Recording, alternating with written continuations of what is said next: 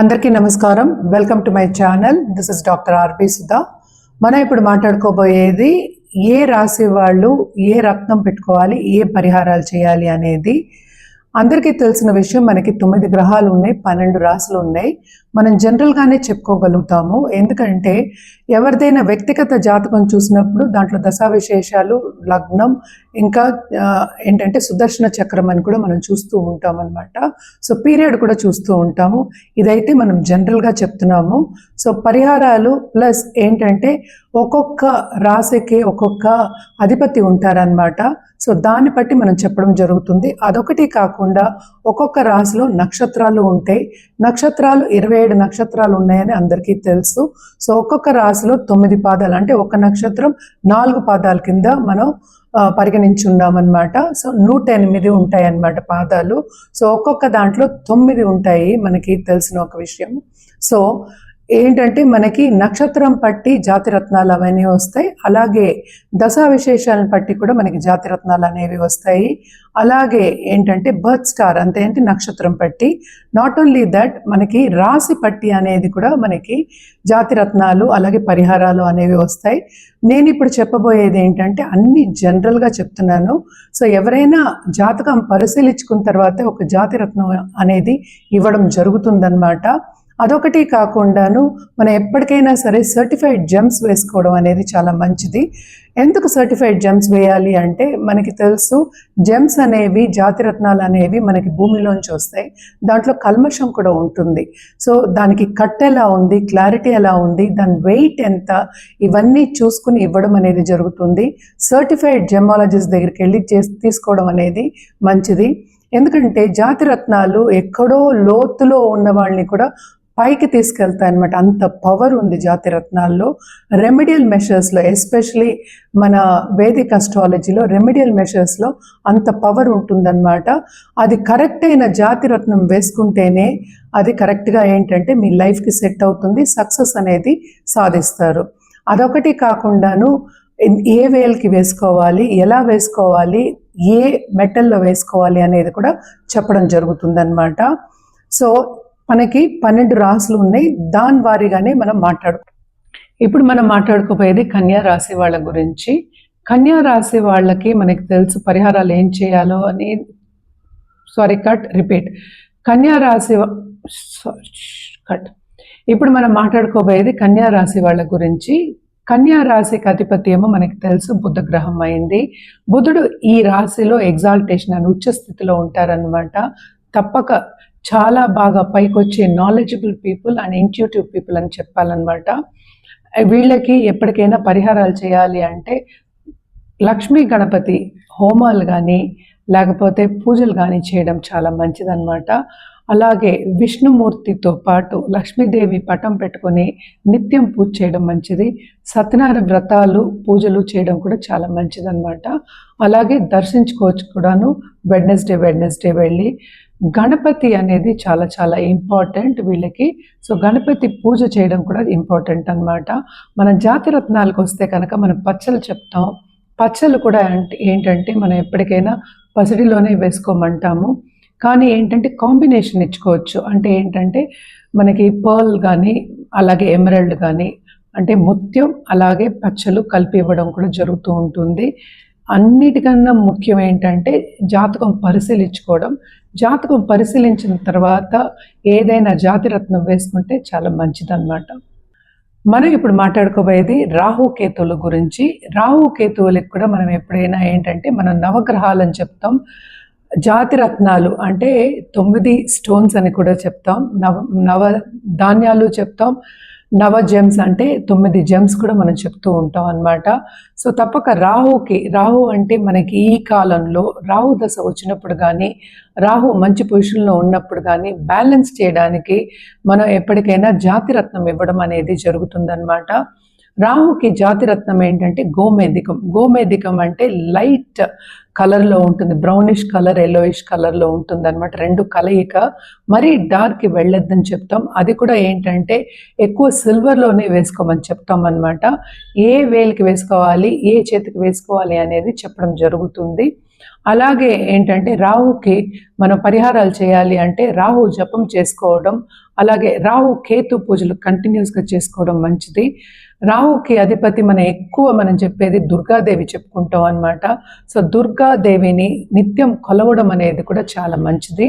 So ఇవన్నీ చేసుకుంటూ ఉంటే కొంతవరకు రాహు బ్లెస్సింగ్స్ ఉంటుంది. ఎందుకంటే ఈ కాలంలో అందరూ అనుకునేది ఏంటంటే మళ్ళీ రిపీట్, ఈ కాలంలో మనకి నీచ దశలు వస్తేనే మనకి ఏంటంటే డబ్బు సంపాదించడం ఎక్కువ అవుతుంది. అండ్ ఆల్సో రాహు ఏంటంటే మనం ఎక్కువ ఫారిన్ ట్రావెల్కి, ఫారిన్ కంట్రీ నుంచి డబ్బులు తెచ్చుకోవడానికి, ఆ బయట దేశంలో మనకి సంపాదించుకోవడానికి, ఎక్కువ సంపద రావడానికి చెప్పుకుంటూ ఉంటాము.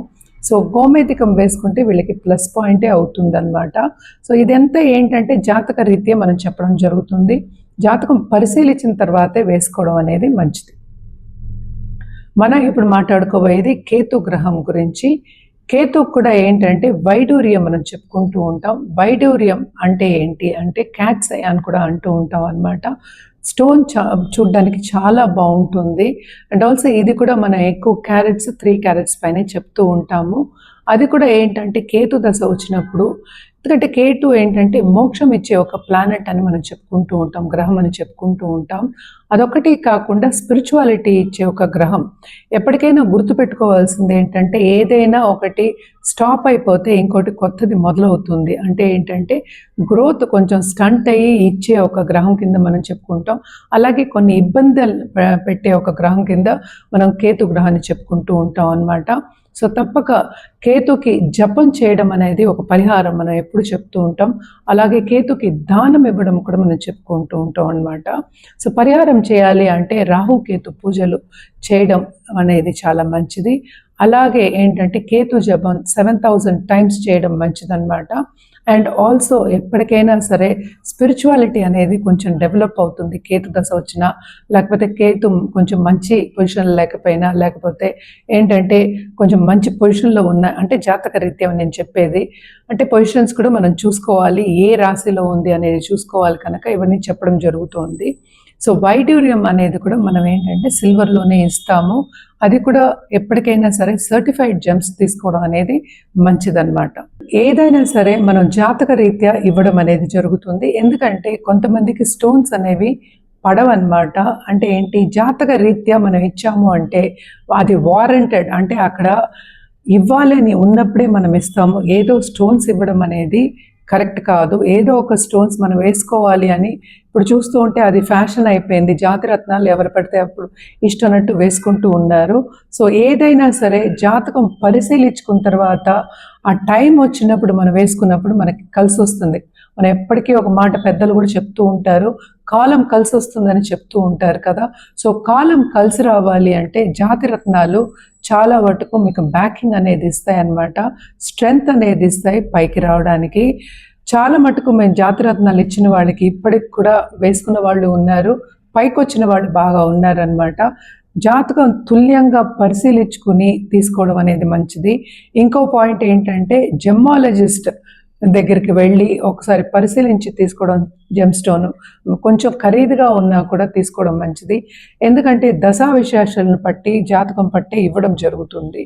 అది కూడా కొద్ది రోజులు ఎక్కువ రోజులు వేసుకోవాలి కనుక తప్పక జెమాలజిస్ట్ దగ్గర పరిశీలించుకుని అలాగే సర్టిఫైడ్ జెమ్స్ వేసుకోవడం అనేది మంచిదన్నమాట.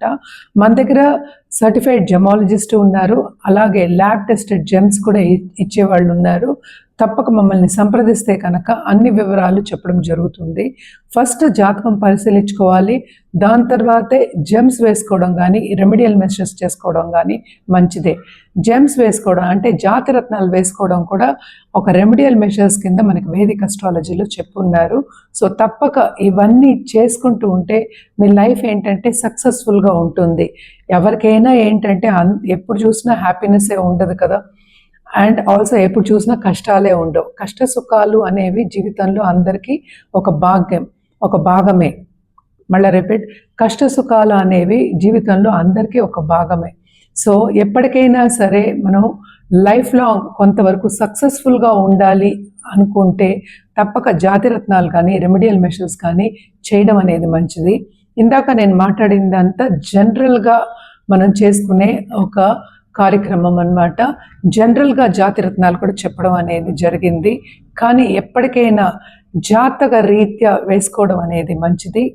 ఎందుకంటే తొందరగా పైకి వచ్చే ఛాన్సెస్ ఉంటాయి. అలాగే జాతక రీత్యా మీకు ఏది పడుతుంది జాతి రత్నం అని చెప్పిన తర్వాత ఏ రోజు వేసుకోవడం, ఎలా వేసుకోవడం, ఏ వేలుకు వేసుకోవడం, ఏ చేతికి వేసుకోవడం, ఏ మెటల్ వేసుకోవడం, ఎంత వెయిట్కి వేసుకోవడం, అలాగే ఎక్కడ తీసుకోవడం అనేది కూడా చెప్పడం జరుగుతుందన్నమాట. మీరు ఈ ప్రపంచంలో ఎక్కడున్నా సరే మమ్మల్ని సంప్రదించవచ్చు. మా ఈమెయిల్ ఐడి అలాగే నా మొబైల్ నెంబర్ అన్నీ ఇచ్చున్నారు. అపాయింట్మెంట్ తీసుకుని దాని తర్వాత జాతకం పరిశీలించుకున్న తర్వాత తప్పక జాతి రత్నం వేసుకోవడం అనేది ఎప్పటికైనా మంచిది. అలాగే రెమెడియల్ మెషర్స్ కూడా చేయడం అనేది మంచిదన్నమాట. ఎందుకంటే జాతక రీత్యా చేసినప్పుడు కరెక్ట్గా ఉంటుంది. మీకు ఇది పడుతుంది, ఏ గ్రహం మనకి శాంతించాలి అని చెప్పడం అనేది జరుగుతుంది కనుక తప్పక మీకు రిజల్ట్స్ కూడా అలాగే ఫాస్ట్గా ఉంటుందన్నమాట. జాతి రత్నానికి అంత పవర్ ఉంది. ఎక్కడో ఉన్న వాళ్ళని కూడా బాగా పైకి తీసుకెళ్లే పవర్ ఉంటుంది కనుక తప్పక జాతకం పరిశీలించుకున్న తర్వాతే జాతి రత్నం వేసుకోవడం అనేది మంచిది. మమ్మల్ని సంప్రదించాలి అంటే తప్పక కింద ఉన్న ఈమెయిల్ ఐడి అలాగే మొబైల్ నంబర్కి సంప్రదించవచ్చు.